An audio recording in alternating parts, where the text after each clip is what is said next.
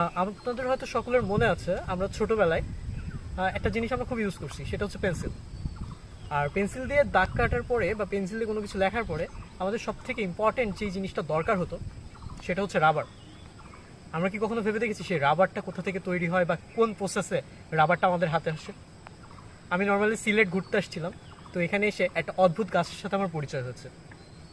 প্রকৃতির সাথে বন্ধুত্ব বলা যায়, চোখ কান খোলা রাখতে হয় তো এই জন্য।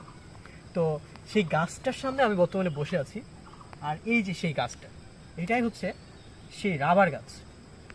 মোটামুটি 5 থেকে 7 বছর এই প্রসেসটাতে এই গাছের যেই কষটা আছে, মানে এখান থেকে রাবারটা হয়, দেখতে পাচ্ছেন এই যে রাবারটায় সংগ্রহ করা হয়।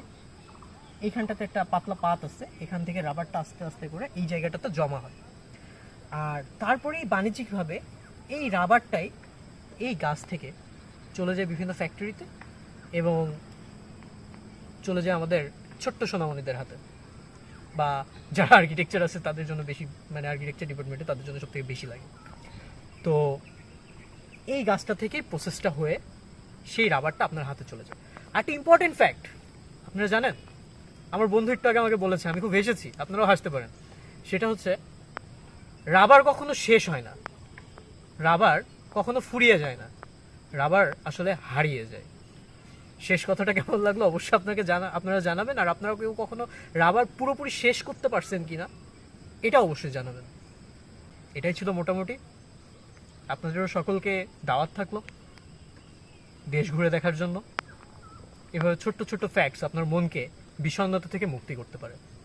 যদি কেউ ডিপ্রেশনে থাকেন, হতাশায় থাকেন, জাস্ট একটু ঘুরে দেখুন, আশেপাশের প্রকৃতিগুলোকে একটু এনজয় করার ট্রাই করুন, দেখবেন দিন শেষে ভালো লাগবে, মনটা উৎফুল্ল থাকবে, সমস্ত কাছে মন বসবে।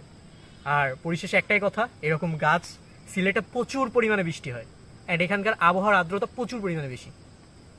তো আমি চাইবো ভিডিওটা দেখার পরে আপনি চাইলে একটি গাছ লাগাইতে পারেন। সেই গাছটা আমাদেরকে যদি মানে ভালো করে নাও বাঁচাইতে পারে বর্তমান পরিস্থিতিতে, আজকে থেকে 20 বছর পরে আমাদের নেক্সট যে জেনারেশনটা থাকবে সেই গাছটা তাদেরকে বাঁচাবে। এই গাছটা যে লাগিয়েছিল তাকে আমি থ্যাঙ্কস জানাচ্ছি। আজকে থেকে 20 বছর পরে আমি যদি আজকে গাছটা লাগাই, কোনো একটা গাছ লাগাই, সেও আমাকে থ্যাঙ্কস জানাবে।